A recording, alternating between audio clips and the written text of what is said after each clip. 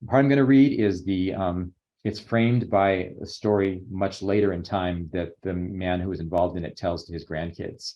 And he relates kind of how it all happened. So I'm going to read the first part that kind of gives you that opening story. Grandpa, tell me a story.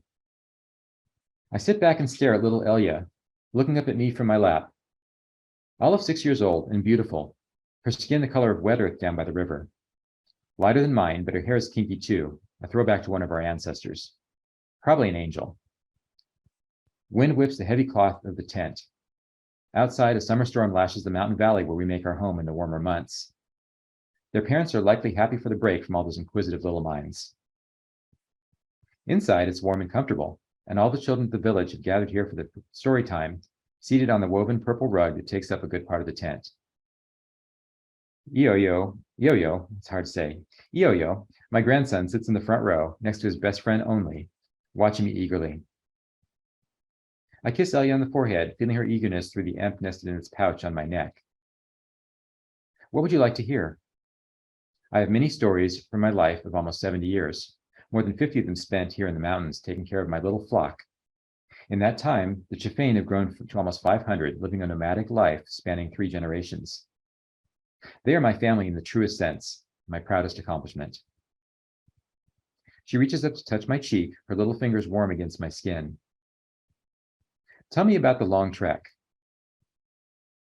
I close my eyes, a mixture of pain and pride filling me. Such a long time ago, but I still dream about it often. That rough passage that brought us out of Egypt and into the Holy Land. I laugh at my own erudition. None of the children have ever or have even the slightest idea of what Egypt was, what Earth was. In our great wisdom, or perhaps our obstinate stubbornness, we decided to make a clean break with the old culture of the heartland, discarding everything we'd been taught and beginning fresh. I rub my wrinkled chin. Let's see, it was a very long time ago. You weren't even a wisp in your mother's eye. I look at her, my granddaughter, so perfect in every way. I don't want the world to change her. I don't want her to face the ugliness that I did, growing up in a repressive culture. I want to shelter her from all of that.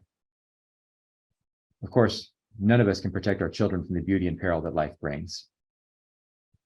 I stretch out my hands, cracking my old knuckles, a bad habit that. I take a sip of herbal tea that Merwin, Ella's mother, made for me, measuring my time. It's a poor substitute for Akka, one of the only regrets about leaving the heartland.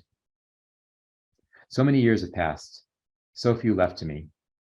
I must teach them while I can, this new generation. I clear my throat, and the chatter of little voices silences. Once upon a time, I lived in a wicked place, a cruel city by the sea called Gully Town. There were 5 islands, like 5 long fingers. We call them spines. And beyond, only a few small villages and many farms. I close my eyes, remembering that dark time. They called me Charlie back then, or Chafa.